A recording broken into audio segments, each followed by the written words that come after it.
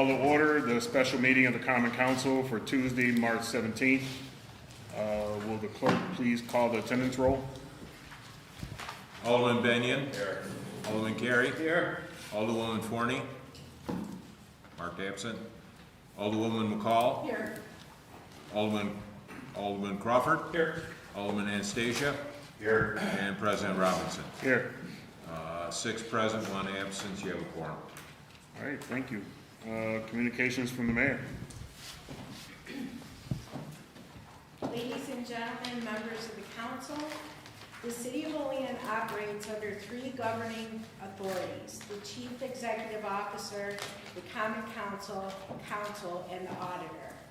These 3 roles are intentionally designed to function as a system of checks and balances. The mayor serves as the chief executive officer. This role is responsible for leadership, daily administration, and carrying out the laws and policies of the city. The mayor sets direction, oversees departments, and ensures that decisions made by the council are implemented. The common council serves as a legislative and financial authority. It adopts laws, approves the budget, and authorizes all spending and debt. In simple terms, the council decides what can be done and how public resources are allocated. The city auditor serves as both the chief fiscal officer and chief accounting officer of the city. The auditor is responsible for maintaining all financial records and ensuring budgetary controls across every department and office. The auditor must operate independently and consistently to ensure transparency and accountability for both the mayor and the council. Recent independent audit reports have highlighted serious concerns. The R.A. Mercer report for the fiscal year ending May 31st, 2024 recommended that the city formalize policies and procedures for each accounting cycle, including regular evaluation of internal controls. These policies should be approved by the Common Council and reviewed consistently. The report also emphasized the need for additional training in the general ledger management and GASB reporting. The R.A. Mercer report ending May 31st, 2025 further noted that the city does not regularly reconcile key asset and liability accounts, including cash receivables, payables, and interfund balances. This creates a significant risk that errors or misstatements could go undetected for long periods. In fact, the lack of reconciliation resulted in multiple audit adjustments. The report also stated that management appears to lack sufficient training to properly maintain accounting records and that the city relies too heavily on its independent auditors for compliance and financial management. This is evidenced by numerous material adjusting journal entries required during audit process. I could continue citing findings from past reports, but as members of the Common Council have taken an oath to serve the city of Olean, I trust you are already familiar with them. I could also point to other municipalities where the New York State Comptroller has stepped in to oversee finances, but that is not the path we want to take. What matters now is that we act and that we choose action over inaction. Since taking the oath of office as mayor, I have emphasized one principle our department heads and staff: be proactive, not reactive. A house does not need to be on fire to be in danger, but a house without a foundation will inevitably collapse. The path forward requires confidence, clarity, and urgency. We are currently developing a budget that must be finalized in less than 2 weeks. Moving forward without addressing these financial inconsistencies would set any new auditor up for failure. I urge you to consider this proposal for interim accounting support as a necessary step to establish a strong financial foundation. This action will allow us to move quickly to fill the auditor position while also authorizing an agreement for financial services the Compass Group can assist us with. Thank you for your time. Thank you, Mayor. The entire council has discussed this topic for a couple of weeks now. We are looking to the city is looking to, You have to read the resolutions. I'm sorry. You have to have them read the resolutions. You're on still communications from the mayor. Oh, yep. Yeah, I guess I'm moving faster than, moving on. All right, resolutions? As you weren't ready. Resolution 26-26, PL number 25-26, to authorize the mayor to enter into a consulting agreement with Compass Group for financial services for the city of Olean. All right. As I was saying on this one, the council has discussed over the past couple of weeks. We all have an understanding of the contract. We've all seen the contract. The contract has been amended to add parameters that were previously discussed.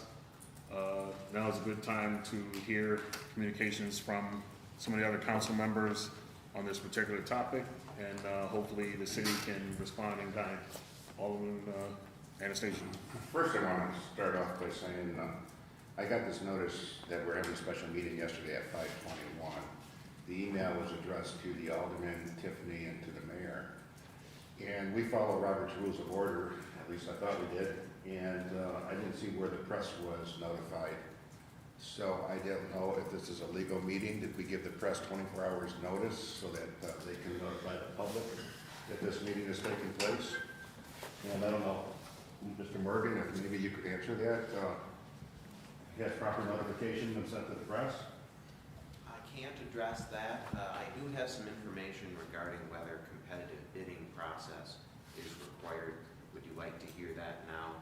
Or is there any other information we have on notification? Well, first I just want to know if the meeting that we're having tonight is legal or not, because we're voting on spending quite a bit of money on consultants. So- Anastasia, I believe Ms. Taylor has some information. According to Chapter 2, Article 2, Division 2, Section 2-39 of our code, special meetings are called by delivering written notice to each member of the common council, which is done via email, within 24 hours of the meeting being called. According to open meetings law, we have to notify of a meeting as soon as reasonably practical, so sending notice after 5:30 to the press is not an issue. In this case, per our code or open meetings law. So this was indeed called correctly, and these resolutions can be voted on tonight without any sort of violation of open meetings law or our code. Okay, I just want to make sure that was clarified. I just want to be transparent so the public doesn't think we're trying to hide anything. And now talking about the resolution, in the resolution as I read it, it does not say anywhere in the body of the resolution what the fee is that we're going to be paying. I'm being told that this consultant is going to be charging the city of Olean $200 an hour and working 20 hours per week. So it's going to be about, $4,000 to $6,000 a week. And if we don't hire him, if we don't get a new auditor and a replacement, I mean, this could potentially screw the city, because if our current auditor is doing another job function in the city and he's not in that position, that means we're stuck paying this consultant until we hire another attorney. So I think we're traveling, the concept is a good idea, but I think we're traveling down the wrong road. We talked to Cole from the controller's office. He's talked to each alderman, I believe, and he's given us a list of corrections that need to be done. And it's like, well, we got the list that needs to be done. Let our current auditor correct the problem until his replacement is filled. So I think we're biting a bullet here. We should not be hiring this consultant. And I just want to read something that I found on Google real quick, and then I'm done. I Googled Compass Group, auditors for Olean, New York salary. It says internal auditors at Compass Group in the U.S. earn an estimate average of $68,822 to $76,000 annually. Senior level internal auditors in the company typically earn around $91,592 per year. While specific to Olean, New York is unavailable, Northeast-based remote audit manager roles pay between $115,000 and $130,000 per year. Hang on one second, because there's part 2 of this. And then it says for the key salary findings, an internal auditor, he would make $68,000 per year on average, or $41 to $67 per hour. A senior internal auditor, approximately $91,592 per year. An audit manager for a regional is $115,000, and an audit staff accountant would make around $76,000. So according to this Google finding, we're paying $200 an hour. That is ridiculous. So my answer would be a no vote on this resolution. Anyone else? Can I follow up on a question? Just for clarification's sake, Mr. President, you said that the council's been talking about this for a few weeks, and I think for the sake of the public, it needs to be clarified, because I don't believe we have talked about this publicly for a few weeks. Correct me if I'm wrong. Has this been addressed publicly, that bringing on consulting firm? Publicly, no. Okay, and so, I mean, I missed the meeting on Thursday, which I believe that's when the council was briefed on this information.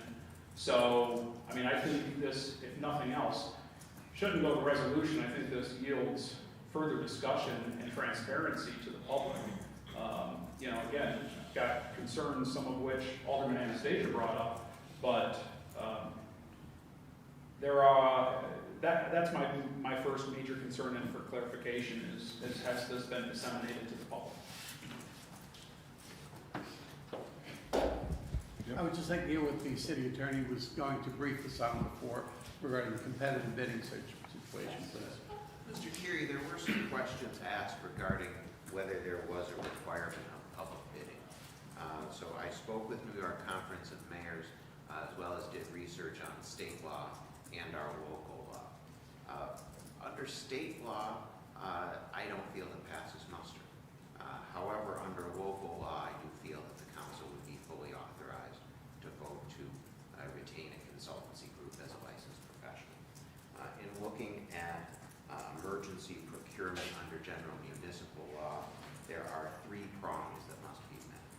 The situation must arise out of an accident or unforeseen occurrence or condition, number 1. Number 2, the circumstances must affect public buildings, public property, or the life, health, safety, or property of the political subdivision of the city's residents. Number 3, the situation must require immediate action which cannot wait competitive bidding. We could interpose an argument that this meets those criteria. We don't have to. I don't feel that it does meet those emergency procurement requirements. However, under the local ordinance, section 231, any situation where a licensed professional is needing to be retained, there is not the need for a competitive bidding process. In the local ordinance, there are 3 prongs. Number 1, whether the services are subject to state licensing or testing requirements. We're looking at hiring a CPA who is a licensed professional. Prong number 1 is met. Whether formal education or training is a necessary prerequisite to the performance of the services. Certainly we couldn't hire someone just out of school to fill a role that requires quite a bit of training. Prong number 2 is met. Number 3, whether the services require a personal relationship between the individual and municipal officials. Yes, I think that there needs to be a relationship. Here, Mr. Proctor is a former city auditor. He has come in and worked as a consultant with the city before. I feel prong number 3 is met as well. So hiring this licensed professional may be authorized by the common council if they deem it appropriate without a competitive bidding process. Thank you. All right, so correction, it was a week, not 2 weeks. I had to sit and think about it. It feels like it's been 2 weeks because this has been ongoing amongst the council anyway. As far as going back to the special meeting and whether or not we can do this right now, that has been taken care of. There was also an email sent to the council with changes or a cap that was placed in the agreement. And in that, there is a section under the terms. It does state that there was estimated to be a period of 90 days from the effective date. However, there was a change made to cap that. I'm trying to find that section.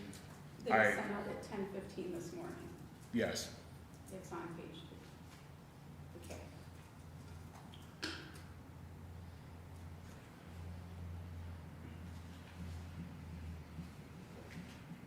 I'll read the highlighted parts here. So for the terms, it says a period of 90 days from the effective date. There's also stipulation of all times incurred and services performed through the effective date of termination. There is $200 per hour. Consultant will commit up to 20 hours per week. Total fees of the agreement shall not exceed $40,000 without prior written approval.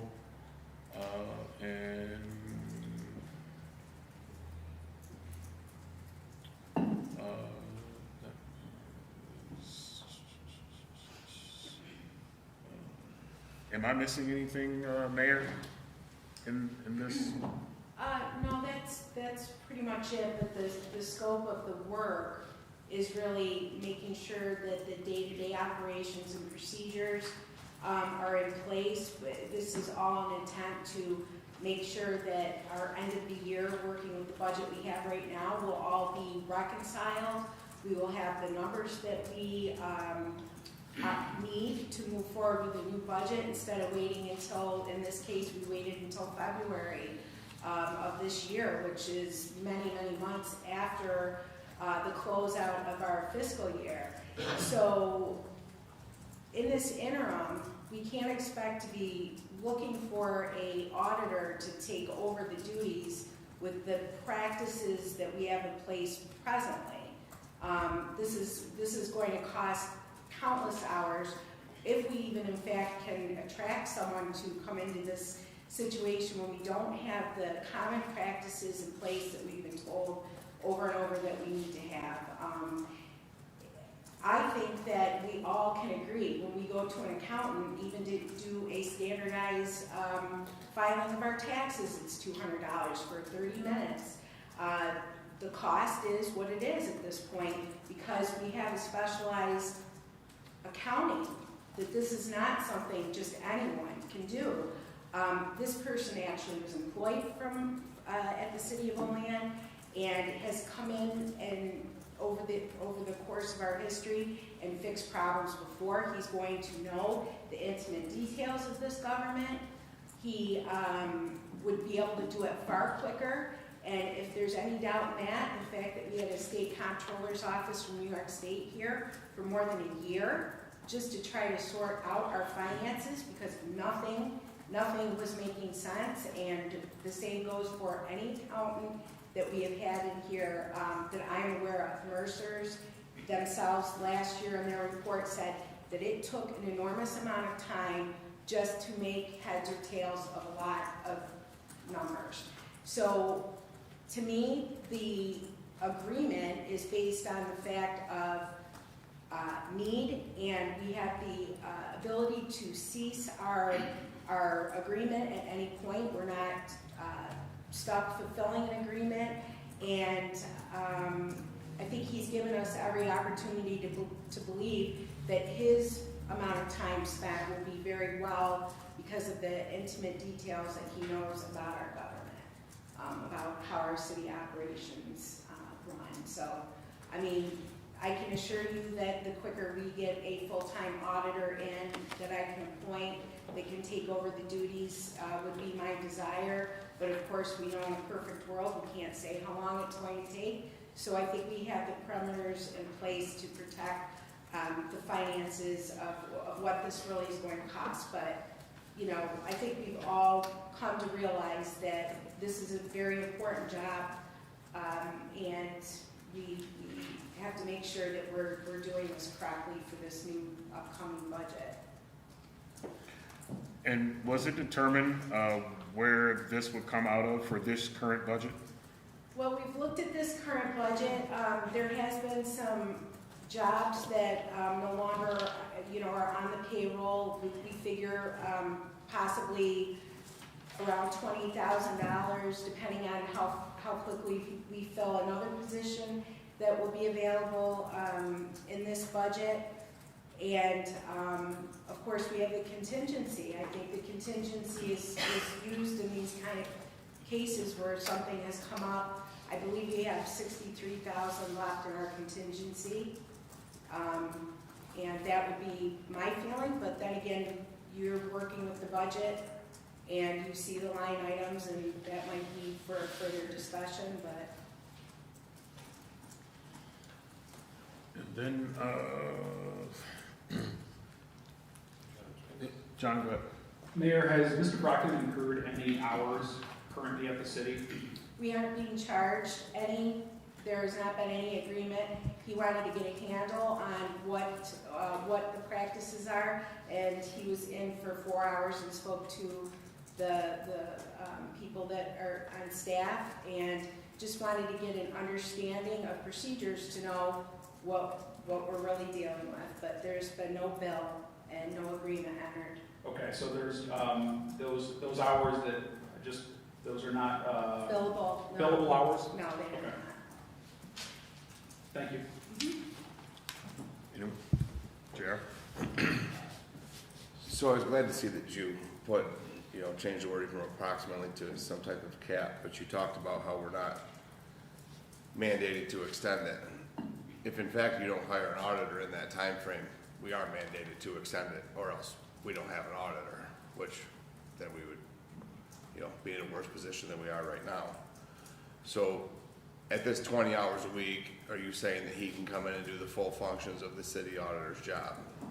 Yes, that is the plan. If you look at the outline, part of this is including the day-to-day operations as auditor.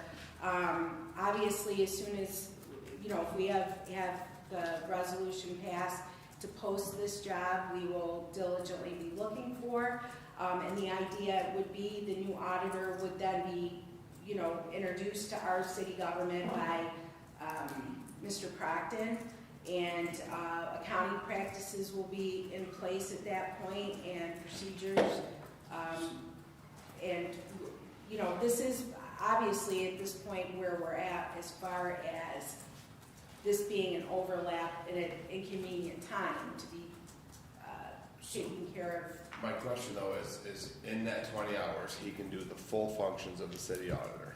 I think the idea is at the beginning, he's gonna be in more hours and then it'll taper off. Obviously I cannot say for certain how long every day he will be here, but the idea is he's going to need to take whatever time at the beginning to get a handle on everything, get procedures in place. He's outlined this thoroughly.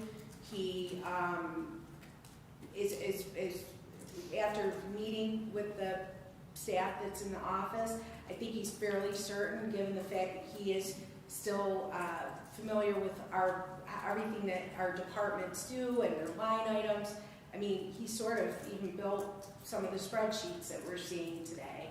So I guess my question is it's still not answered, as you're saying he might be here more. Well, according to the contract, that was updated at 10:15, so forgive me, I didn't read it because it was sent today at 10:15 in the middle of my workday, so no, I didn't read the updated one.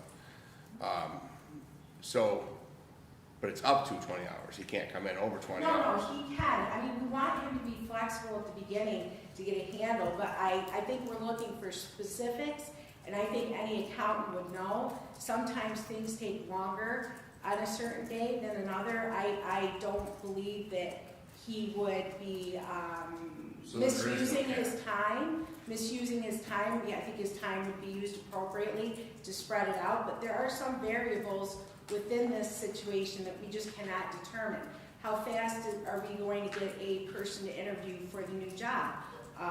How long will it take him to get through the day-to-day operations? How detailed is some of the problems that he has to look into. But this is why we have a professional, because I think they realize where their cap is and how much time they need to be working with to get things done. I cannot determine this. I am not in the auditor's seat, nor I should I be. So I think he is more or less saying, at the beginning, it could be 30 hours, I could taper off to 20. He will not know until we see what the depth is of the auditor's, what it is that actually needs to be done. Are we completely reconciled? So then there is no cap. There is a cap. The cap is 40,000. That is the extent of it, with a $200 an hour fee that we will be accumulating. So, I mean, look, at the end of the day, he's a professional. And I think he knows that the goal here is to get us back on track, to have procedures in place, to be able to use the new technology that we've invested in. All the while, we're looking diligently for an auditor that he can then train and have them ready to go before the $40,000 is up. Which, Okay. you know, So just, you're asking for things that I cannot determine.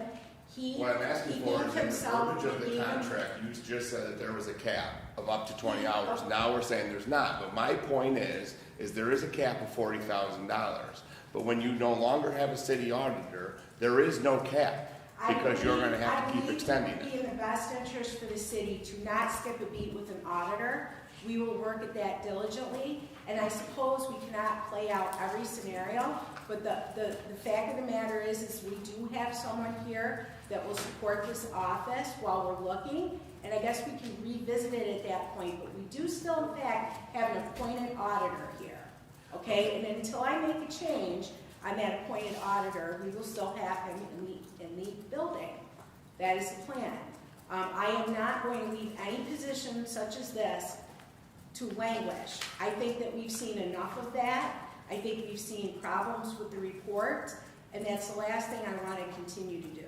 Okay, I So, can go further, Vernon. All right. Did you guys? No, I'll share. Oh, So I take it the concern, and I have to say, I get that this meeting was kind of planned, if you will, last minute, and so the challenge is when things come out same day, it's hard for those of us, and I think with one exception, everybody works full time. Sorry there, Dave, but you got stuff to do too. Two of you are retired now, right?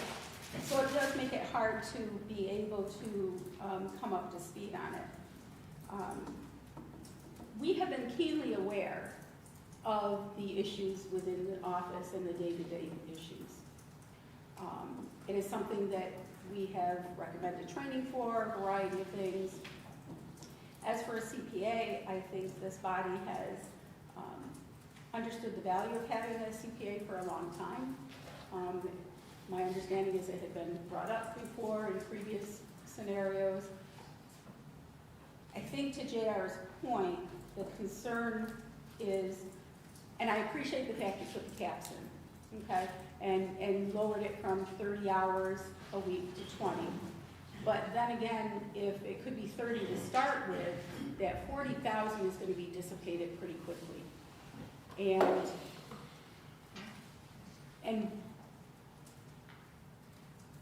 I don't think, having hired many people and recognized the challenge with, one, getting the information out, looking for qualified potentials, doing the interview, and then after you find somebody, that person having to give notice.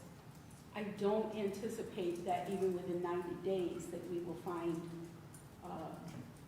an auditor that we're looking for. So that kind of goes back to JR's point, then we have $200 an hour commitment for an undefined time, and I do appreciate the fact that the guardrails were put in there. But I think that that's ultimately our fiscal responsibility in terms of looking and saying, what do we need to do? And, you know, I'm of the mind to get what you want the first time, right? We know that we need to have either a CPA or an individual who has significant years of municipal auditing and bookkeeping to be able to manage the job.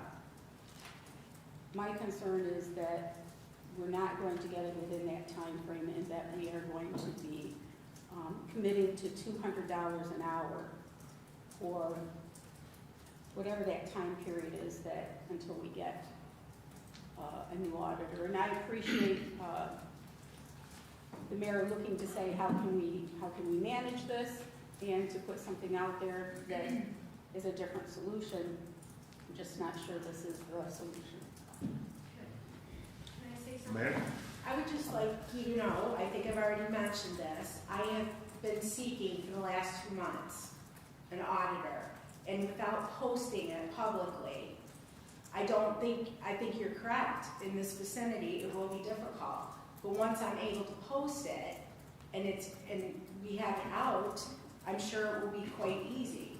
I think that if we delay this whole process, we're going to be in worse shape. It's literally, this is the insurance policy that we do not have a gap. This is the insurance policy that we set out a budget that's responsible, correct, and also where we're at with the current budget.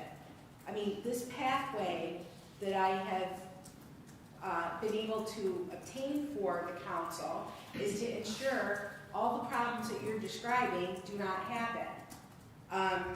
When we have these kind of reports, I think that when you have a delivery from an auditor, they are leaving us up to interpreting what it really says. And what it says is, we do not have our day-to-day operations in place.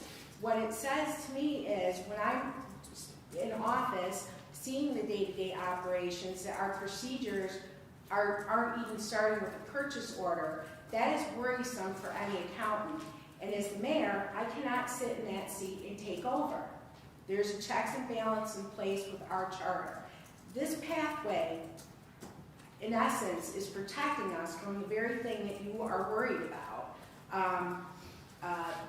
As I said, I mean, everyone has to have what their cost is. The fact that this person actually ran the city for multiple years has a deeper understanding than anyone else that I could find. In that fact alone, there's no catching up. There's no catching up even of the auditor that becomes permanent when you have someone who will be able to train this person much quicker. And I don't know how much further I can assure you that the last thing I want is to be without an auditor. But this is the only path that I see where we are currently going to be responsible for the city of Olean's finances, and in an effort to find a permanent auditor that will take care of things. This isn't sort of a position that should be taken lightly, and unfortunately, I think we have found ourselves in this kind of predicament in our history, and we're repeating it again, and all of it boils down to not having the procedures in place that we once had, that we no longer have. So, again, it's you control what it is that we're doing moving forward. I will work with whatever that happens to be, but as far as I'm concerned, this is the most responsible path, and we'll go from there. That's all I can say. Anastasia? Yeah. Only thing I would say too is I've been around the city for a long time, and I don't know the individual that the mayor wants to appoint, but I do know that he was city auditor before, and I believe it was in 1996. He was the city auditor under Jim Griffith, the mayor at the time, and I believe he served as auditor for probably 4 years. So that's 26 years he's been away from city operations, and I'm sure in 26 years a lot of governmental accounting practices and policies have been implemented, changed, and been revised. So this in my opinion too, this auditor, yes, he was an auditor before, but it was 26 years ago, 30 years ago actually when he started. So there is a lot of policies that have probably been changed, and so he's probably gonna have to learn the system himself too. And just not to repeat myself, but if Mr. Lenz is not in that office, we're not gonna have somebody here in that short time period as a new auditor. And our hands are gonna be tied, and we're gonna continue to be paying that $200 bill until we find somebody, and who knows if it takes 6 months. All right, I wanted to chime in a little bit here. I'm sorry. Go ahead. I'm sorry. Because we talked about the sticker, and I know I've said it before, and I'm gonna say it again right now on record, that $200 an hour seems to be a lot to me. However, that is not my profession. I don't know the going rates, and I can't try to dictate what someone's going to charge us for their services. I think it's up to that individual to come up with their worth. With that, what seems to be bounced around, tiptoed around, is the fact that for all of us that have been on the council, our budget has been screwed for years. And that's, when I say that, let me specify. When it comes to the documentation of line items, the documentation of movement, and then some of the other formalities when it comes to the quote-unquote internal controls. That is what I mean by when I say that we've been having issues from budget to budget. We all are aware of this. We all know this. We know that something needs to be done. So with that, again, I've been on the fence with this one. I go one way and then I go another. Again, I'm not in favor for paying someone that kind of money, but if you have water leaking in your house, pipe bursts, in order for you to get your water back on, you're gonna have to hire someone to do it. Or you're gonna have to come up with some quick fix and then worry about it, kick it down the road. This right here kind of falls under both. Yeah, it's a quick fix for now, but it's also something that I believe that should get done. The alternative, I haven't heard an alternative. I haven't heard an alternative from the mayor. I haven't heard an alternative from the council. I haven't heard an alternative from anyone. If we don't do this, our option is to maintain the person in that spot and continue. But yet, when we get to the next portion, we're gonna see that there's some issues in there, I'm guaranteeing. So we have something that's happening repetitively, and we're trying to get it corrected. So I just wanted to throw that out there. I mean, again, this is a difficult topic, so, John? Yeah, so I'm gonna go ahead and I'll bounce off that. President Robinson, so, what we've heard repeatedly through this, all right, to play devil's advocate, as you like to do, to play devil's advocate, what we've heard repeatedly through the past few weeks is that this is a brand new system. And although I'm not gonna say, I've been through 2 city auditors, I've been through a lot of different personnel and individuals here, and there's obviously a lot of moving parts. And so, yeah, we historically come across mistakes. That's a whole part of the whole vetting process that we go through. They've had, again, what we've repeatedly heard is that they're working with a new software system, that they had a short time frame to put this together, etc. So, yeah, there's a lot of complexities that go to this. I did reach out to a couple of my CPA buddies, and just to kind of get a mindset. And really for the Olean area, what they told me, what they charge for consulting is about $100 to $125 an hour, just for comparison's sake. And so I do believe that the sticker shock was a valid concern, but you asked for an alternative, that an alternative be presented.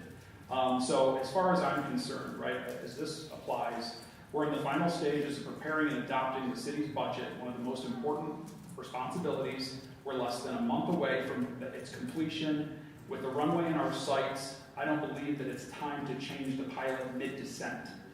However, we are being asked to consider this restructuring of the city auditor's position or office, bringing in a consultant at $200 per hour, which, to Alderman Benyon's point, if hypothetically no replacement is ever found, could equal $416,000 annually, right? So if you take 2,000 hours a year at that rate, I mean, that's essentially what it's being considered. And as a side point, somebody who charges $200 for a tax return is doing it because it's essentially for the entire product.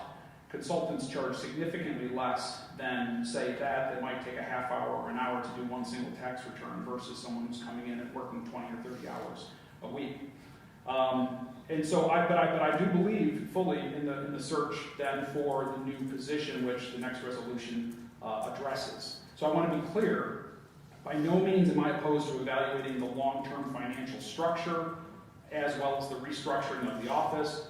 But for me, the timing of this proposal raises serious concerns. Making changes of this magnitude in the middle of the budget process, I believe, risks disruption, redundancy, and confusion at a point when precision matters most.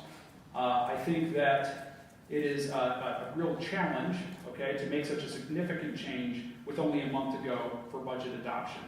Our priority should be to complete the budget with our current team. We do still have an auditor, right? And a team that has done this for the last 4 or 5 years.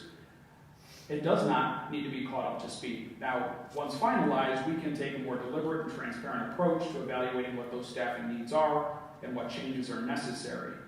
We also need to consider the financial implications, obviously given this rate. Do we have that room in the budget? Is the council comfortable with pulling that out of contingency? This is not about whether changes are needed. It's about ensuring that they're made at the right time and in the right way. So our external auditors have presented that our financials are presented clearly. Our controls need a lot of work. Our fund balances, driven by budget operations, are steady.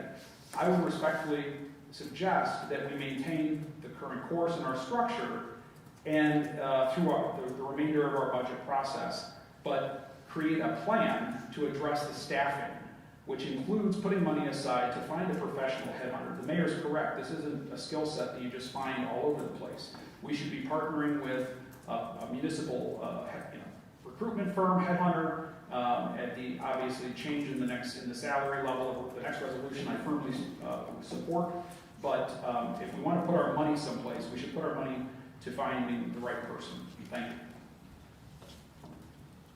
That's the permanent person. Daniel? So, similar to John, an alternative solution would be, because as some of us know, as disclosed in executive session, there's proposed personnel shifts that were not gonna actually be that far out.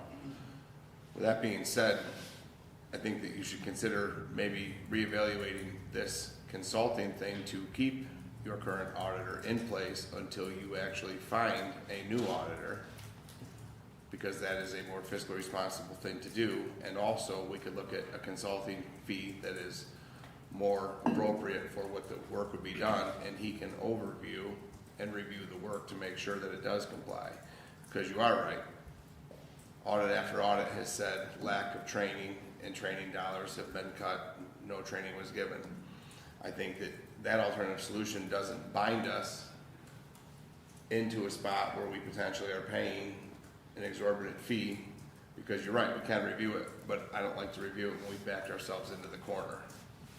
So the alternative could be leaving staffing as it is, as John mentioned, bringing somebody on to do their due diligence with overview of the work for being correct, and then we can end that at any point in time, and it doesn't bind us into anything, all well looking for a auditor for the future. All right, Crawford, McCall, and Binion, well said. Definitely appreciate your feedback and informative information. With that, I guess if there's nothing else from the mayor? No. All right. We'll need sponsors. I guess I'll sponsor. I need a second.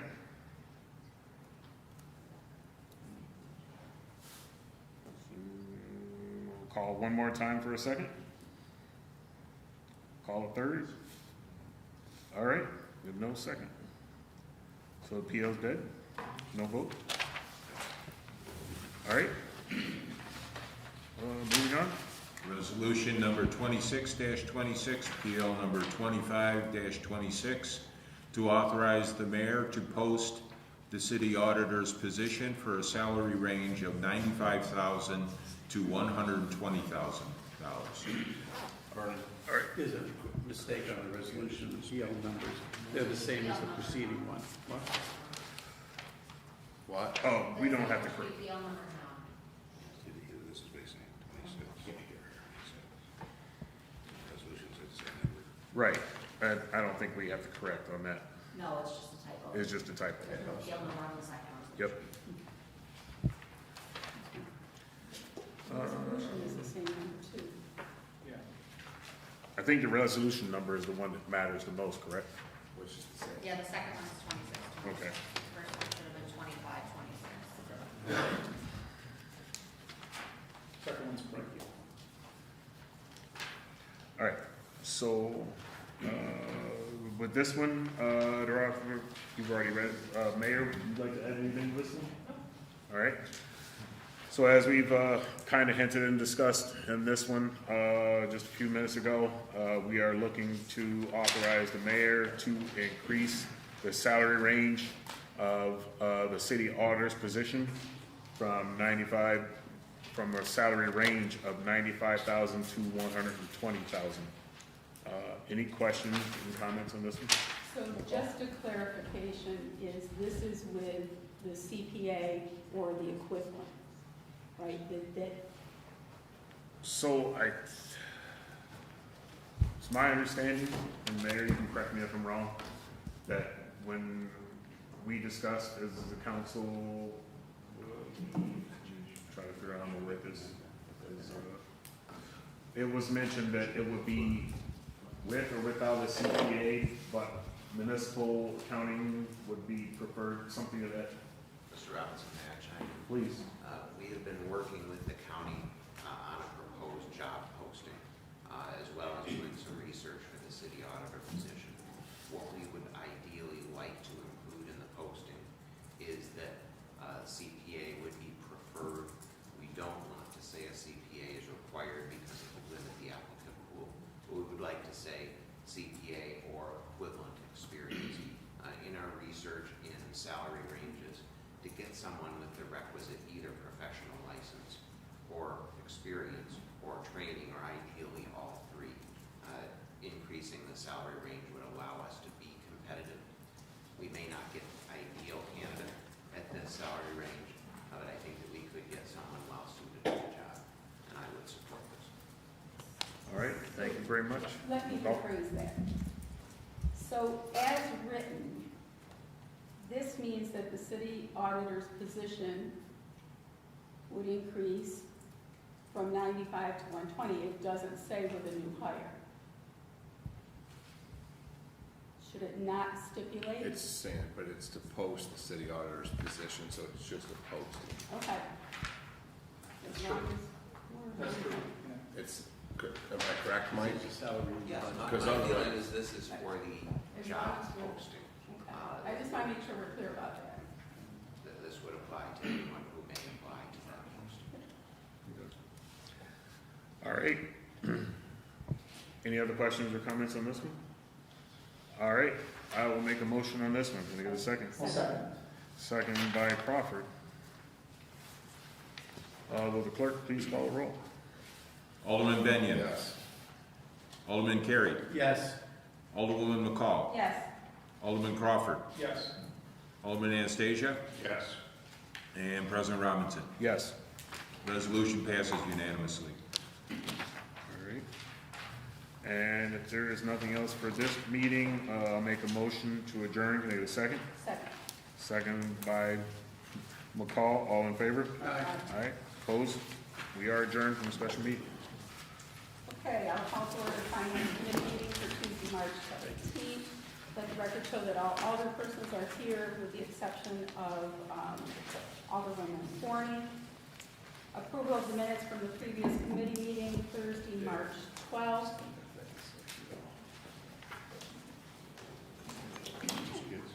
Minutes, for goodness sakes. He'll let you know. I'll make a motion, do I get a second? Second. second by Alderman Curry, all in favor? Aye. Opposed? Under unfinished business, we have PL 15-26 by Mayor Sherburne, budget 2026-2027. And we have sewer, correct? Yeah. Okay, and you gave us some forms everybody should have here on the desk, on your thing regarding sewer funds, salaries, etc.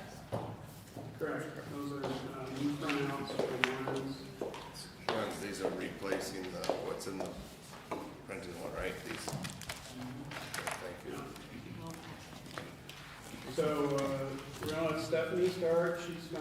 We'll start with sewer maintenance, 8120. And she's gonna address the 100, 101, and 102 lines. So for the 100 line, the only change is contractual and a part-time position that was proposed. And the 101 and 102, there's been no changes in those lines.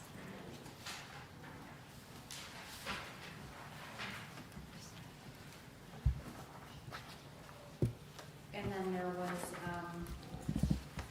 one position that was split between water and sewer for the water and sewer superintendent that's been removed from the budget. Additionally, there were, Where was that? Where was that position, water and sewer superintendent? the very first one. The 100, you're not still on the 100, like personnel service? She's Yeah. saying that's how the number, that's why the number is there. She's telling me the changes that make the number get to that. If you look at this paper here, maybe you can see it's on the row. First one. Combo, water, and sewer. Also in that, there are positions that we spoke at the last meeting about splitting them, a third, a third, a third. So those changes have also been made.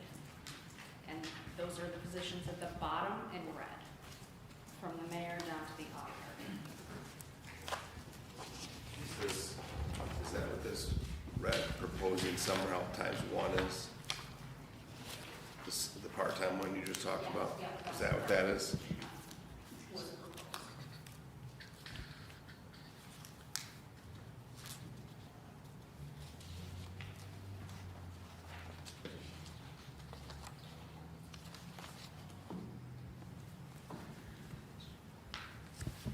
And I apologize, actually, the 8120, there's no splits in that. All the splits are in 8130, I apologize. So the only change in that is the removal of the position and then the part-time. With the part-time, So I'm sorry, the removal of what positions? The water and sewer Well, the sewer superintendent position. superintendent, that's seated in 8130. It's When was that removed? I propose that, given the fact that our budget is what it is, that is my proposal. That is a redundant position.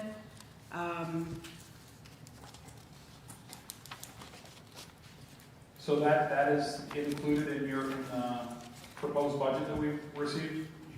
It's in this appropriations and the amendment of the sewer fund, yes. Appropriations and amendment. Yeah. So, we just got today. oh, so the one we just got today. Yes, we had to So- make adjustments to other things with that. In our last meeting, we decided that the mayor's office was going to be split. I remember So the others going in, that's Yes. correct. We asked that, so I guess I'm just curious This, when the discussion the occurred. super, well, it's now being vocalized. It is a job that has been, that I have been observing, that is redundant, that given the fact that our sewer and water rates are going up and not coming down, we had our last review of the water, it went up over 133,000. Unfortunately, there has to be some restraint, and this particular position is redundant. How so? Basically, the DPW director should be, in fact, supervising both water and sewer. And in our charter, it states that the water and sewer facilities, as well as all the employees, are to be supervised by the DPW director. And in the last 2 months, I have observed that this is actually a redundant position, and the fact that we have kept an engineer, junior engineer position to support the projects, because they in fact need to be, according to the DEC, they have to be regulated internally by someone that holds that certificate. That is basically increasing our entire budget over water and sewer. So I cannot, in good faith, give a budget that has redundant positions. Director Sprague, you oversee the water and sewer personnel on a daily basis? Right now, no, I do not, because I have a water and sewer superintendent. Okay. Do you oversee ongoing projects that are engaged in water and sewer currently? Major projects I would be involved in, yes. Okay. And I have actually been, at the sewer division at the plant. I have spoke to our supervisor there, as well as the water supervisor.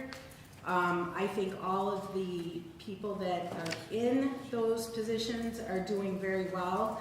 I basically outlined a flow chart where we had 4 basic supervisors overseeing 5 employees. It is my personal opinion that it is a redundant position. It is something that maybe in our past has worked, but I don't think it works for our future. And, there has to be decisions made, because our taxpayers deserve that, where I am being fiscally responsible for the funds in this budget. Oh. And so, presenting this after 2 months of observing, I think that this is a decision that has to be made and not taken lightly. As I said, when we have certain projects that need to have an engineer certificate, we've already established, our DPW director has already established that that is a needed position. I have to look where we have redundancy. Just as it has been said in the past, we don't need an extra person in the field. We can take care of what we need to take care of with what we have. I have to evaluate all positions in that manner. So with all due respect, as far as redundancies go, I think this budget is suggesting somewhere in the neighborhood of 8 to 12 positions be added, including part-time. That is including part-time positions. I was on council when this position was created. Given the constraint and the complexity of the DPW director's purview and oversight, it was, created, and I don't know if any of the other council members were on the council at that time yet. But the idea was, given the complexity of the DPW position, the specialist would be created to act as the water and sewer superintendent. With that being said, our water and sewer funds are really quite healthy. Sewer is extremely healthy, and water is healthy as well. I would encourage us to, as we continue to work towards financial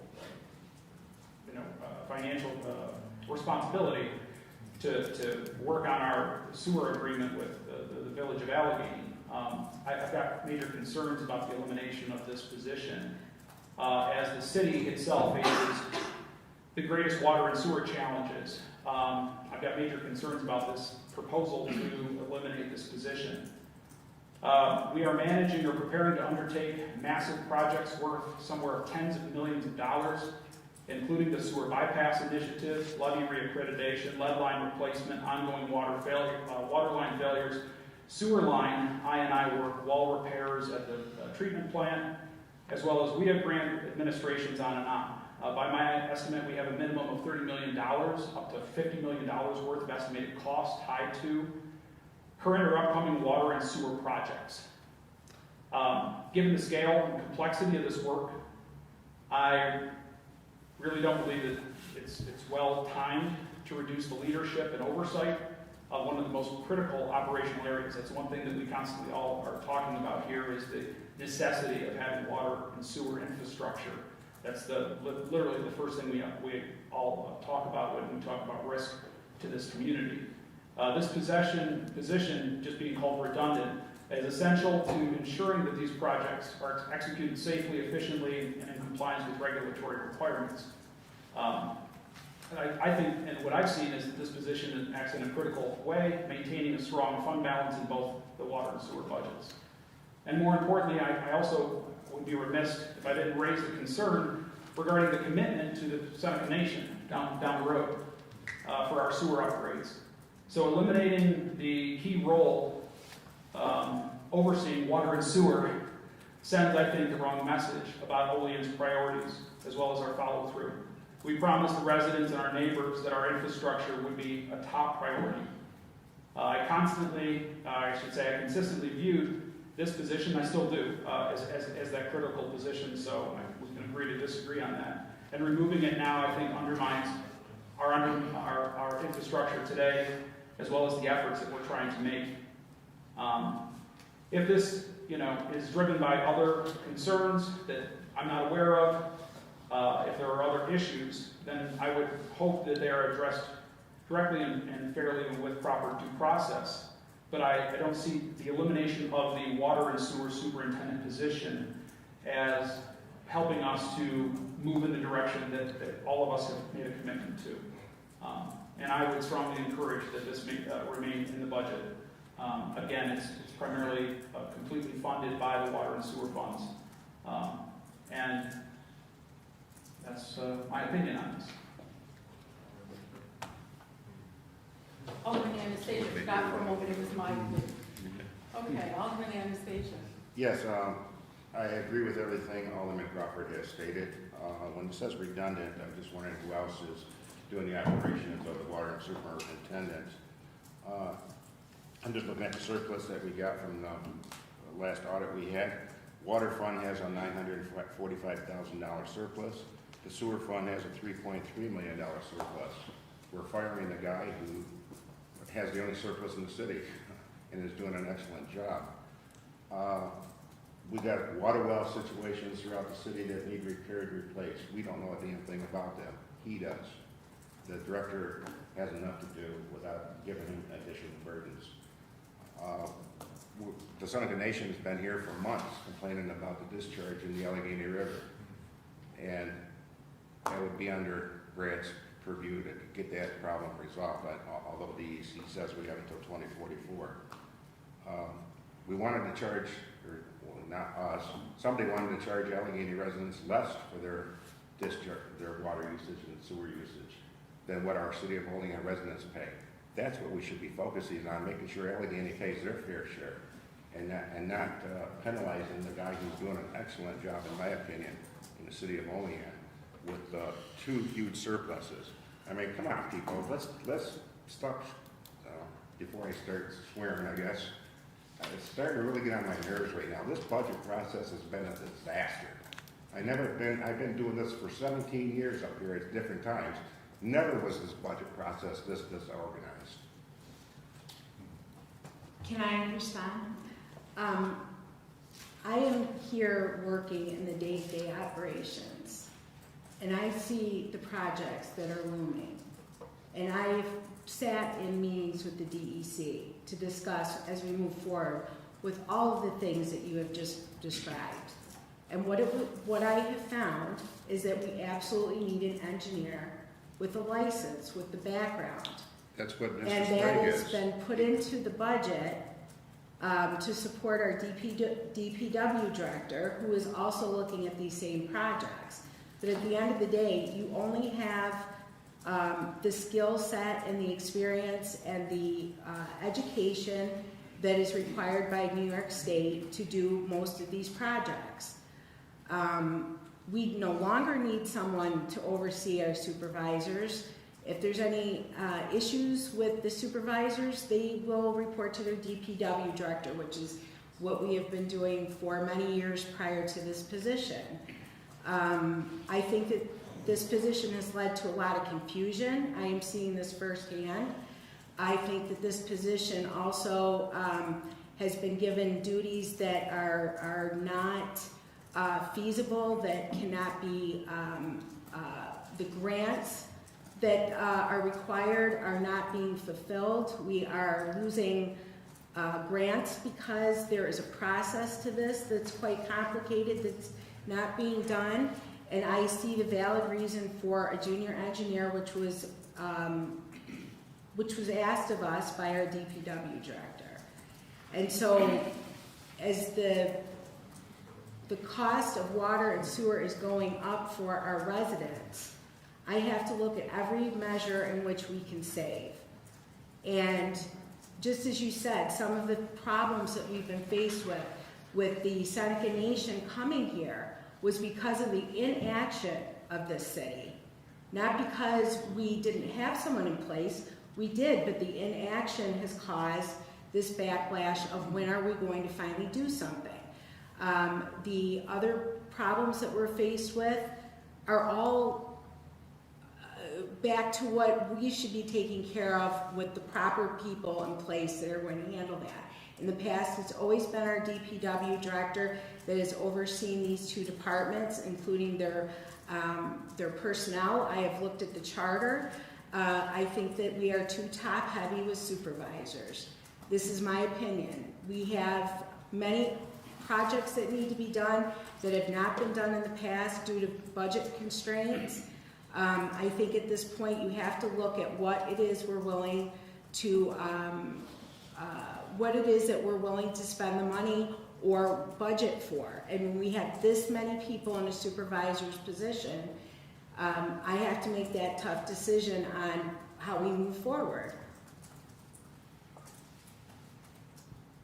Alderman Crawford. Director Sprague, were you asked about, what is your opinion? Were you asked about the elimination of this position? Were you consulted on this? I was involved in several conversations with the mayor about this. And I guess from your professional, as you know, you're the professional engineer here. I guess I would be curious on the challenges or opportunities as you see this working out.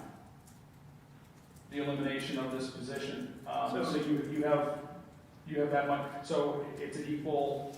I guess what I'm hearing is that a junior engineer, which I think would be split a third, if I'm not mistaken, would offset the workload and the responsibilities held by the water and sewer superintendent. That's a fair trade? That's the proposal.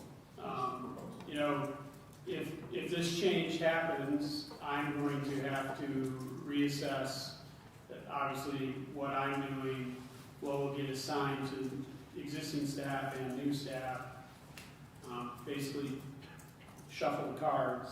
How much staff do you have currently? Well, I mean, I have one engineer who's booked, so it would be new staff in the engineering department.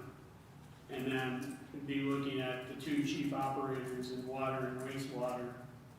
And, you know, which pieces, or which things, which tasks they're directly handling now, and how we could rearrange workload to make it all get done. Okay, thank you. You know, I'm not discrediting. I think the mayor brings up a variety of good points of things that need to happen or are not happening. But what I also hear is that it's an administrative concern that the position itself, you know, should be doing this or should be doing that. It's which again, I guess I would go back to those are things that should be remedied. You know, that a manager or an administrator oversees and corrects and addresses. So I just, again, I'm not going to beat a dead horse here, but I am firmly a believer that I think this sends the wrong message. I think the number of projects that we have under our purview and upcoming, not to mention the levy reaccreditation and on. I think I went through and I counted something like roughly around $30 million worth of actual projects. Things like the levy reaccreditation that we don't have a dollar value on yet, that go beyond the scope of just managing a handful of supervisors. And I think that if we're talking about for a budget that proposes originally an 18% increase, but we're squabbling over a position that is, I think, critical to the water and sewer infrastructure, eliminating that for a junior engineer to be split a third, I think is short-sighted.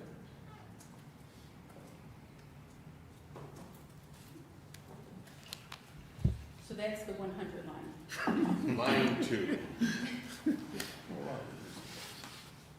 Okay.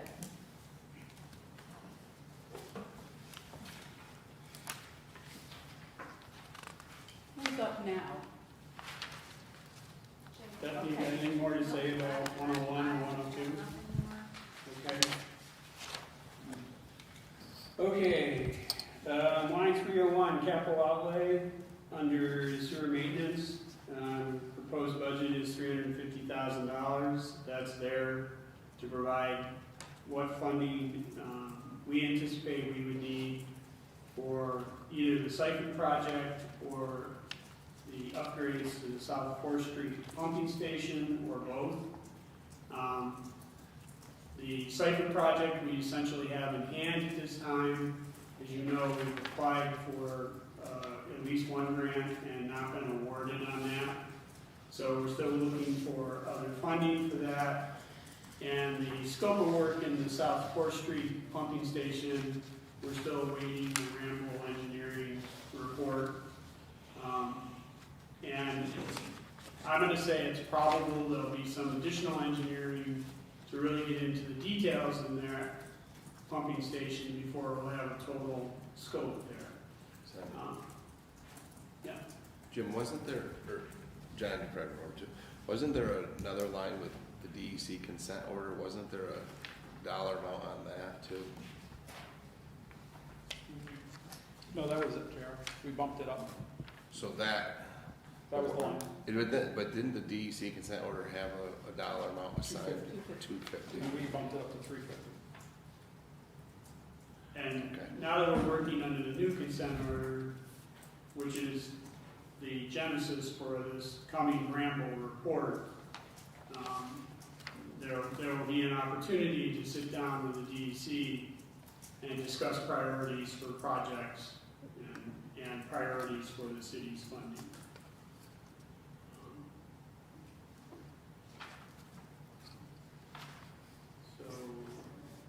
Okay.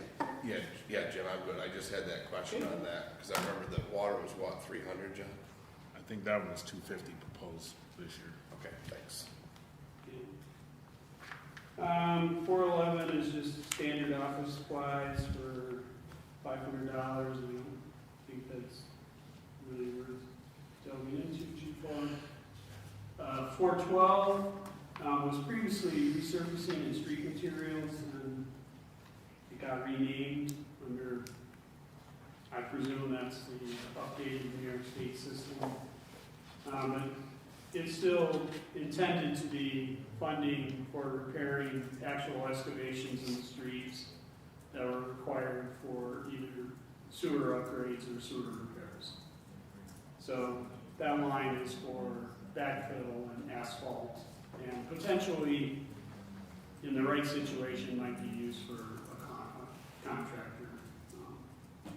So I do have a question about that, because in both the original, then the revised March 3rd, there was 40,000 in there, and now I see we have 15. So, and it looks like, you know, we didn't expend that much out of it, but is the 15 sufficient then for, as it's revised in that line of what it's supposed to be? We think it's sufficient. Unfortunately, this is an item where, in order for me to give you a solid answer what that number needs to be, I need to be clairvoyant and tell you how many digs we need to make. But, you know, looking at fiscal 25, we were just over 15. This year, it looks like we're gonna come in way under 15. So we think carrying 15,000 is a prudent number.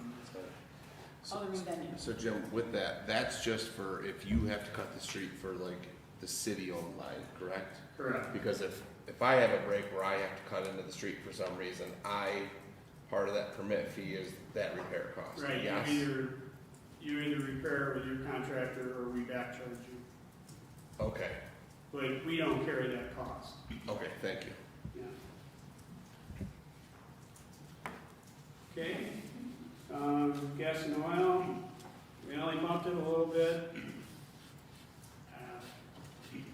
You know, I mean, you all watch the news. Diesel apparently broke $5 a gallon today or yesterday. So that's where we're leaving it, I guess, at the moment, unless it's the will of the council to change it. And I can offer you no insight. So that all went back to the garage, right? Is all gas oil now going back to the garage? No, it was broken out of the garage. It was broken out, then went to streets, and then I think in the latest one, didn't it go back to garage then? No, there's 180 in the garage for the general fund, water and sewer each carry 14,000. Because they put the dog cars, they do, they put down there for repair, kind of like 10%. So they've always carried their own. Yeah, Yeah. but it wasn't less than that.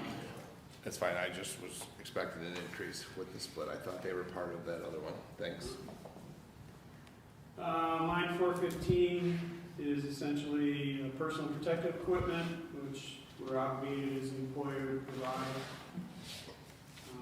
And that looks like we're gonna come in under our 2,000 this year. Again, in fiscal 25, we were over it, so we judge 2,000 to be an appropriate number to carry there. 419, again, a name change, was previously other supplies, and it's used, this $10,000 number is used annually to purchase either small pieces of equipment or repairs to field equipment. The best example is the high pressure hose on the sewer flush truck. There is a plethora of nozzles you can put on the end of that hose. Unfortunately, every now and then, one of them ends up stuck in the side of a pipe and you don't get it back, so it's part of the business is we have to replace some of those pieces annually. And there are some other small things that we own that occasionally need a new part or piece, and that's what that's for.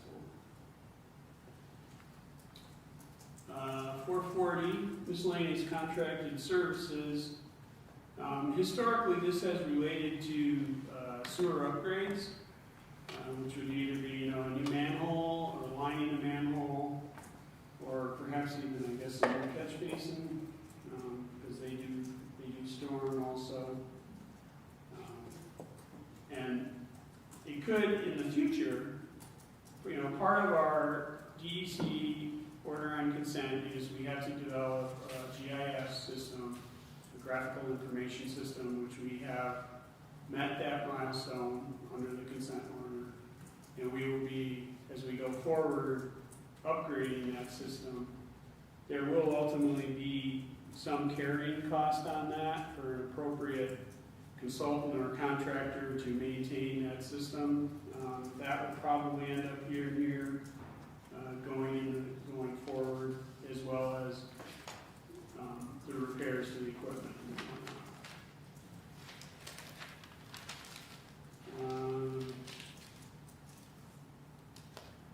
444 is zeroed out for sewer maintenance. That's all in sewer and wastewater treatment. And 446, pretty straightforward. It's the cost to keep the fleet that's assigned to sewer maintenance up and running. It actually looks like this year we're going to be pretty close to that $10,000 figure, just under it. IT restricted fund is Jerry and Jason's spot that I don't really know what they do with that. Well, we had requested that items that we knew were coming about, that instead of coming and saying, hey, we need 70,000 for this, that would be built into the budget, so this is for upgrades and for different programs and stuff. That So covers the internet and stuff like there you Yeah. go. that. And with the coming GIS and asset management system, we're definitely going to need those funds. And then, obviously, training and travel is training. We have some ongoing training for the crew, both safety training and some technical training related to assessing condition of sewer pipes, which amounts to reviewing the closed-circuit TV films, which is by no means the most enjoyable task, but it is one that has to be done. And there is actually a professional organization that has developed a rating program that we use to try to assess the pipe so we can make better judgments about where we're going to work on what and upgrade which pipes first. And that's the end of sewer maintenance.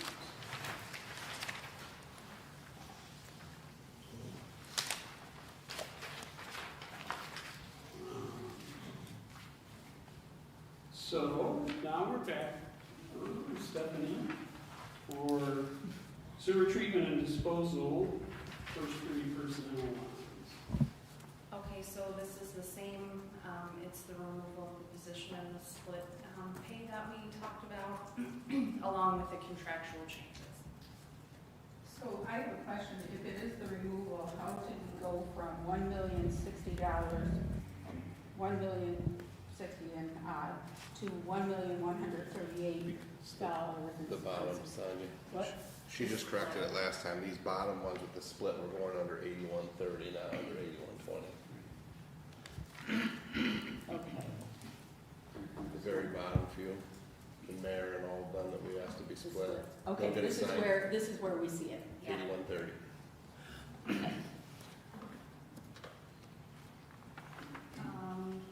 The 101 for overtime, there was no change. Other personnel services went up $800. I'm not positive why that was put in there, but I believe it would be with the split.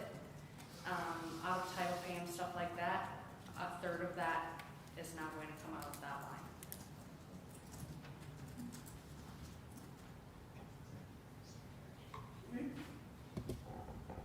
All right, moving back to the rest of the lines. First line on your sheet is item 220, which you can see has been zeroed out, it's been removed. Capital outlay 301 is entered at $150,000. These are dollars that have traditionally been moved from the sewer fund into specific capital reserve fund targeted for sewer repair or replacement. And that is the capital fund which we're actually going to be using here the next month or so when we replace the sewer on Olean's Avenue. We'll be drawing on that capital fund. So if that sign, if that one had nothing assigned to it last year, how did it go 152,000 in the hole? It's not in the whole, that just an entry we got by the CPA, we had to make that one to week. Because the way the transfer took place, the way we did the transfer, that wasn't the way it's supposed to be done. That's one of the things that we have to fix Okay. going forward. But that was not just an entry at the end of the year. But we did use that money, we moved it from the sewer fund to that capital project for the sewer line. And we had two, one for water, one for sewer. The sewer one was, the sewer was 152 and the water was 300,000. That goes to a capital project for the water line as well. And if you look on those two lines, the CPA made a reverse entry to fix the way it was done. Because what we used to do in the past, we used to do the transfer, we used to debit that account, and that's not the way it's supposed to be done. We should actually do an adjustment we would move the money from one line to the next, but adjusting the line item in the beginning of the budget, not just a transfer. The reason for that was where the money is being spent, that's where it should be kept to be spent. So by doing the transfer, it shows that you spend the money in that line item. In reality, it's not being spent there, so it's being spent in the capital fund, which is where the expense is taking place. We just have to adjust it instead of doing just a transfer. That's why he said that negative 152. Okay. Okay. Next line is the new line that I guess is new this year. Actually, item 666, Department Project Reserves. $87,000 in there, breaks down. We have an estimate for $38,000 for work at the sewage treatment plant on the grit removal equipment, to upgrade that equipment, and $49,000 to work on one pump, rebuild one of the 3 pumps in the Hoop Street lift station. So those 2 projects would come out of that line. So again, we've asked for this historically in the past, but things we've put in the budget so that we're not surprised and having to say, well, where's that going to come from? So we appreciate the fact that you have the projects in there. Okay. Item 411, office supplies and materials, $30,000, which we appear to be pretty much on the mark. That sounds like a lot of office supplies, but that covers all our water and sewer billing costs, as well as regular office supplies. So all of that monthly billing expense is in that line. Once again, gas and oil, we did increase this a little bit. Actually, we increased this one a little more than we did sewer maintenance. I give you the same explanation. We're looking forward to the inflation that is taking place there. So Jim, I want to go back just for a moment to the office supplies and stuff. You know, not for a discussion here, but a thought. I don't need my water bill. I don't need a paper copy of my water bill because I mean, mine's online. We should be able to look at it anytime online. So if we could work towards that, I think we could bring that 30,000 down because, I mean, if I'm paying online, why can't I just look online? So just a thought. Alderman Robinson. I thought we talked about that and mentioned that we were hoping the city would look to incentivize going paperless, and then that would help with cutting down those costs, and that would still allow those residents of Ward 7 that Dave always talks about, and that way they can continue to get their paper bill. And then for the other residents like myself that I'm not looking for any paper at all, I'm not looking in the mailbox or anything, I would more than happy to sign something to receive a paperless, and that way we can incentivize it somehow. You know, maybe not incentivize, just try to find a way of getting where more and more people will just move paperless and go forward from there. I don't need an incentive, you can have your paper. Yeah. Stephanie, you Yeah. can So say. I believe that, right now you do have the option to go paperless, you just have to enroll in that option. Like I don't get a bill, mine is all paperless, I get nothing in the mail, I did it on my online account. So that option is there, people just have to enroll. Post that maybe as a banner on the You know what? website. Just a thought, we could always reverse it. Go 100% paperless and have people sign up I love that. to get the paper. And then that way you can eliminate the costs altogether, and then you would only incur those costs of those people that registered, and then go from there. So that's a thought. Just for another time, but to think about that, and I do think that actually they told us, Vernon, before that we could opt out of getting the paper, but Yeah. we just need that multiple memories because, Yeah. Oh, I'm already signed up, I know, but don't you get the paper one? I'm already signed to not get the bill. Oh, okay, So just check. advanced. But, So it's very advanced. Yeah, yeah, all right, sorry about the digression there. That's okay. I'm not going to be. Item 415, uniform and protective clothing. Again, that's PPE that we provide, we're obligated to provide to our staff. And we've essentially not changed it. We haven't changed it from last year. We're a little above one year, a little below the other.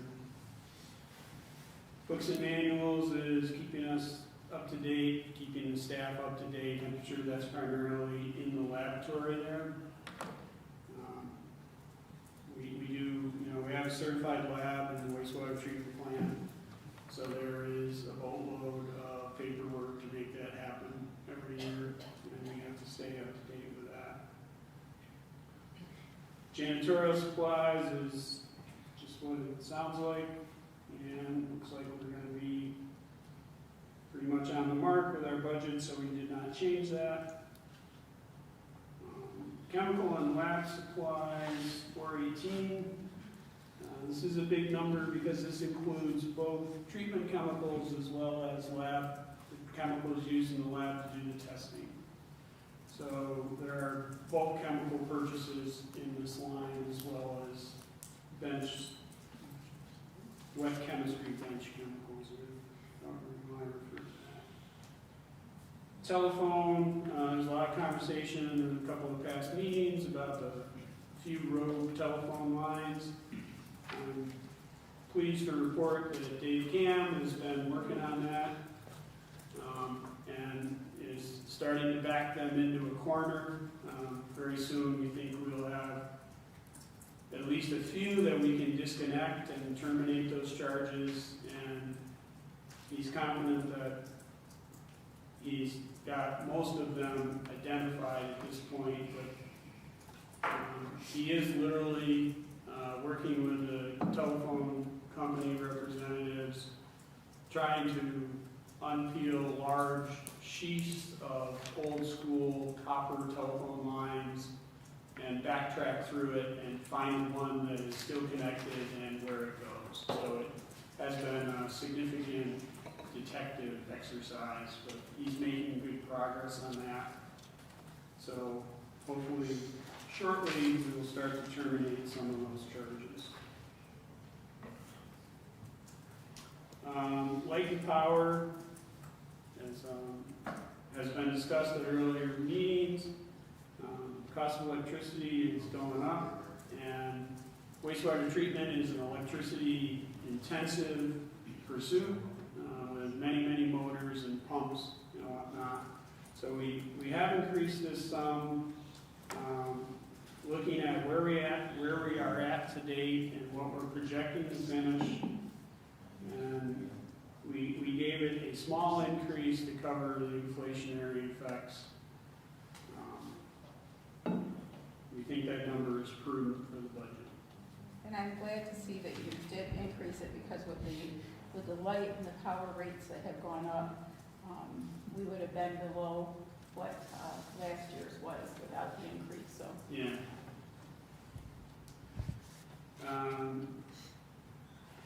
425, fuel for heat. We're about on track to hit the budget for this year, but obviously, just like electricity, natural gas is fluctuating pretty dramatically. So we did step it up. Hopefully we stepped it up enough. Miscellaneous contract services, 440. This number is primarily for the sludge hauling, so hauling our final sludge product from the plant to the landfill where it's disposed of. We did increase this quite a lot. It looks like we may be a little over this year, even this year. And as I said earlier, diesel just hit a new high. That's going to affect this trucking cost very directly. So hopefully we have made a prudent adjustment there and we will capture all those costs. 444, repairs to equipment and property. So we did previously, the two projects that moved into the department reserve were previously in this line.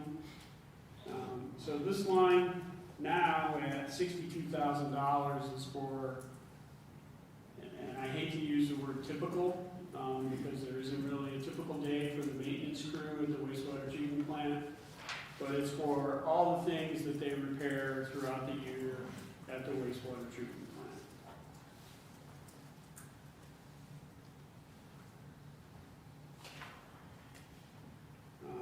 And building repairs, same,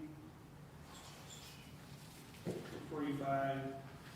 And it should be noted that this number under 445 covers not only plant, the sewer maintenance garage, which is on the same site, and all the lift stations that we have are all in this budget line item.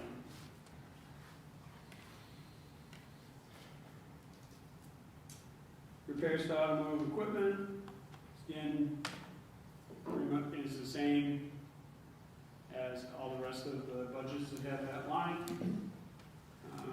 This line is pretty small because the large heavy trucks in the sewer group are under the sewer maintenance group, not under treatment and disposal. 455 is zeroed out. Travel and education has been bumped. We have an operator who's ready, I think it's actually ready to just obtain his certification. So there will be some additional cost for his training this year, as well as the ongoing cost of training so that all of our licensed operators can maintain their licenses year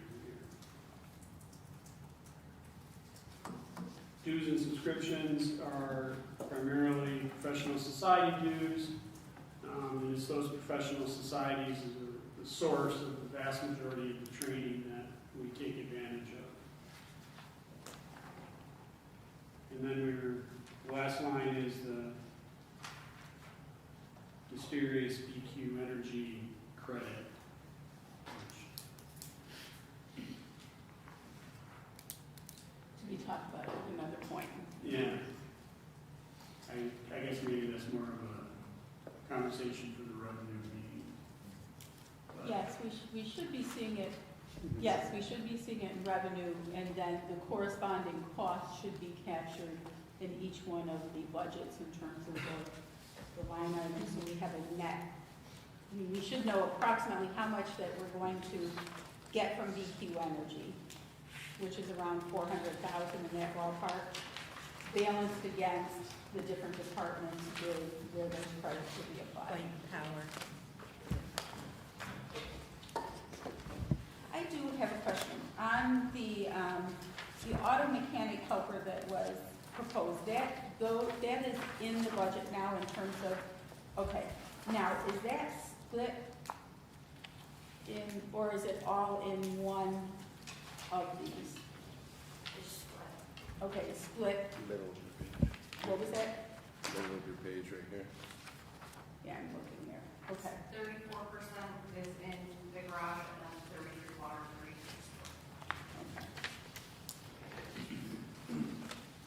Okay. Okay. Sonny, Yes, on this sheet here, it says summer help, one position.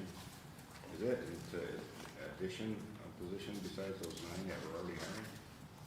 Or is this part of that? if we look at the, sorry, many variations on the theme here.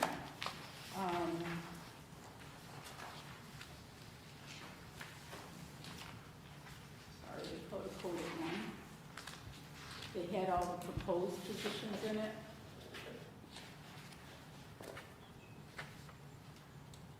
Somebody help me, because right now I'm on a little bit of paper. I think this is an additional position because the original proposals that you've heard before were 4 summer in streets, 4 summer in parks, 1 in electrical, That's There it is. and then this one. Okay. These two additional.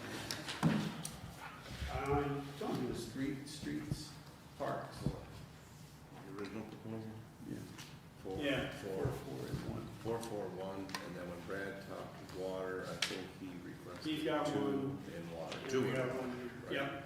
2 in water, 1 in sewer. I had, may I speak in regards to that?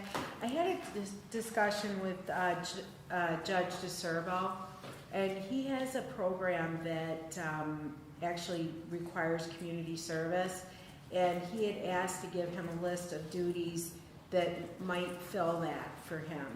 He said that there is, and we actually had a gentleman here that was fulfilling some community service, helping our maintenance crew. So there is that possibility of, you know, specific things that they can do that he would recommend for community service. I just wanted to mention that while it was fresh in my mind. I think it's a great program, and I'm actually going to go to the graduation on Monday that they have here for drug court, and you know, with that, he has built good relationships with people that could fulfill some community service hours for us. So with that being said, can this position be cut $8,900? Quite possible. I mean, I will give him a list of items that I think we need to address over the summer, and we'll go that route for sure. So I just thought I would mention that. Stephanie? And the 2 water part-time positions were not added into the budget. It was discussed, and I was told to hold off putting them in there, so they're not. Because they were not in the original revised version that we got on March 3rd. Alderman, That, the light and power there, it was raised to 235, 422. But when you add them up, it's tracking at 271, 683. Much like the water one, that if you add year-to-date 206 plus that time period that we asked for a comparison would equal about 349, and that was budgeted at 280. These two numbers track at 270, we're budgeting 235. But the time period you asked for, the column from 2025 Yep. is a 4-month period. The year-to-date numbers that Lens has published are literally to, I guess, midnight last night. So if you just add them together, you are distinctly on the high side. Okay.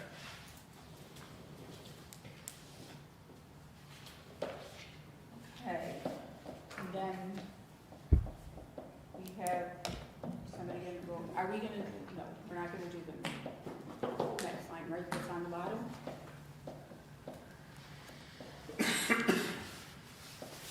The undistributed? That would be Lens. Can we go through all that? Yeah, that's what I thought, but it was on here and I wasn't sure if you just put it on here because we Yeah, were, those are your fringe benefits. I don't think those are gonna change. Yeah, your state retirement, that's covered by the state. They told us what to put and we just put it in the budget. It's social security, it's $97,000. And that's based on fiscal year 2025, we used 93,681, so bump that up $500. And workers' comp, at 86. And that's based on current year to date, which is why I put that there, 86,000, because right now we're already at 86,000 right now. Stabilization, that's 423, 423. so Lance, I do have a question that, so the hospital and medical insurance, the $423,000, that doesn't include the $10,000 to $15,000 buyout that employees get, does it? That's in a separate line? If No, they it's don't part of take the it. insurance? It's part of it. Okay, so But that 10 to they are coming up at 9. okay, so, and what we're talking about is a buyout if you don't take the insurance, that the majority, that the staff who don't choose not to receive a buyout of about $10,000 to $15,000 annually. Okay, but that is in there. Yep, that is Okay. spent into 3 funds. You have some amount in the general fund, water fund, and sewer fund. This money for the sewer. We also have, in the line item this year, at 50 retirees health insurance. This one is 23,000.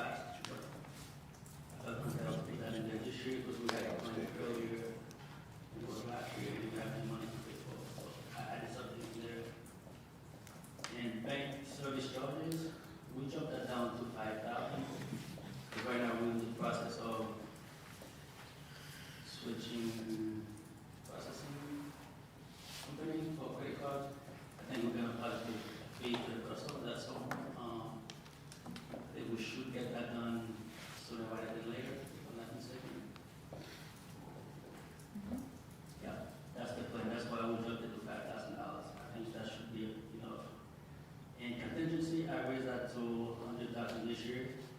Normally we would carry 75,000. I pump it up to 25,000 more than what we have in the past. That's pretty much it. Any questions?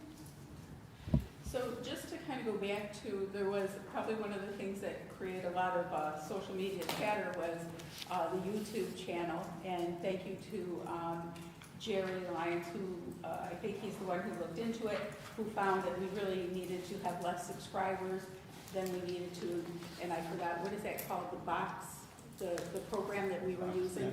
Jason said something. What is Yeah, I it? said something. Jason said something. Jason said, oh, Yeah. thank you, Jason. We 50 subscribers now. During COVID, we had about 1,000. And I just found out that they lowered it to 50. So which we were at like 290 something, I think. Okay. So I'm going to test it, but after the budget. is- Yes, after the budget, yes. And then if that works well, then we'll cut off that stuff. Perfect. So thank you, Jason, because that created a whole lot of chatter on Facebook. But having said that, you should still go on and subscribe because knowing what your city does has more to do with, as you can tell from the budget, your day-to-day life than what goes on in the federal government for the most part, so. Okay, anything else?